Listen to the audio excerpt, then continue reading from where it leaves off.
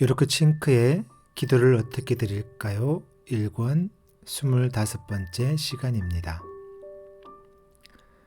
심신의 리듬에 맞춰 기도하며 묵상한다.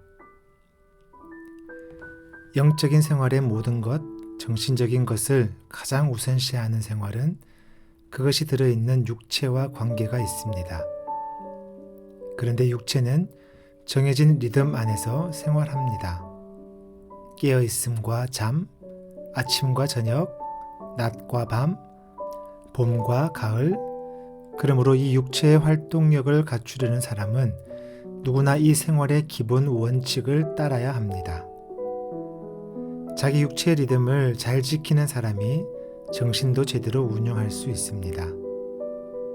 만일 우리가 이것을 연습하려 한다면 매일 아침에 일어나서 좋은 말씀이나 노래 구절을 깊이 묵상하면 됩니다.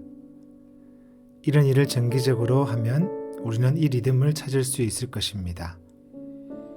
우리 영혼은 언제나 육체와 함께 기능을 발휘할 수 있으며 몸과 마찬가지로 생동감 있는 리듬을 필요로 합니다. 6월에는 몸이 2월과 다르게 반응합니다. 오후 5시나 밤 10시에 그것은 새벽 4시와 다르게 활동합니다. 이런 것은 우리의 영과 혼에도 어느 정도 적용됩니다. 영적으로 보건대 아침과 저녁 시간은 결코 똑같은 비중을 지니지 않습니다. 마치 사람이 배가 잔뜩 부른 상태와 배고픈 상태에서 생각하는 것이 똑같지 않듯이 잠을 푹 잔 상태와 아주 바삐 치다르며 사는 상태가 다르듯이 말입니다. 만일 신경안정제나 자극제가 올리거나 내리는 역할을 하지 않는다면 그것은 몸에서 어떤 일이 일어나든 전혀 도움이 되지 않습니다. 누구든지 기도드리는 걸 배우려는 사람은 어떤 조건 아래서 그 몸과 영혼이 자연스럽게 기도를 드릴 수 있는가 하는 점을 찾아내는 것이 중요합니다. 오늘날 이른 아침부터 바쁘게 움직이는 현대인들에게는 저녁 늦은 시간이 아주 중요한 역할을 한다고 말하지만 이것은 사람마다 다릅니다. 시간은 달력이 아니라 쉬지 않고 흐르는 시냇물과 같습니다. 언제나 고르게 흐르는 것 같지만 그 안에 사는 사람들은 평온함을 느끼기도 하고 중압감을 느끼기도 합니다.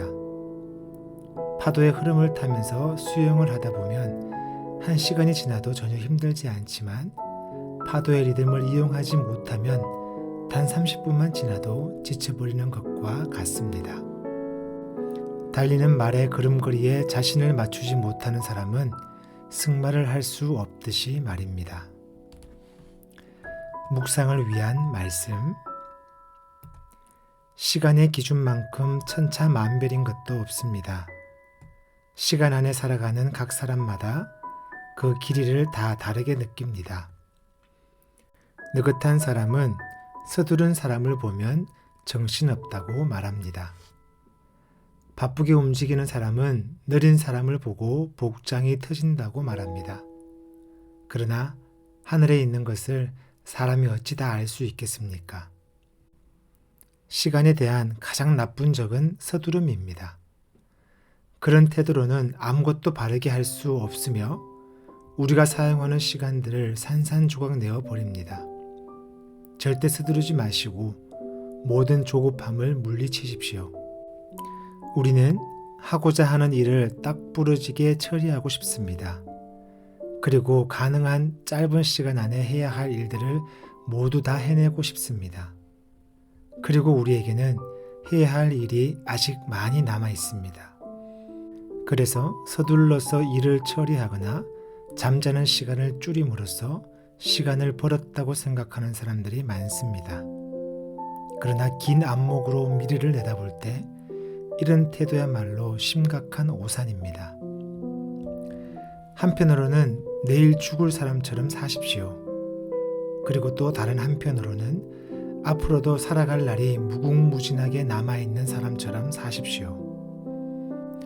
얼핏 듣기에 이 말은 앞뒤가 맞지 않는 듯합니다. 그렇지만 실제로는 아기가 딱 맞는 말입니다. 만일 아주 급하거든 잠깐 동안만 자리에 앉으십시오.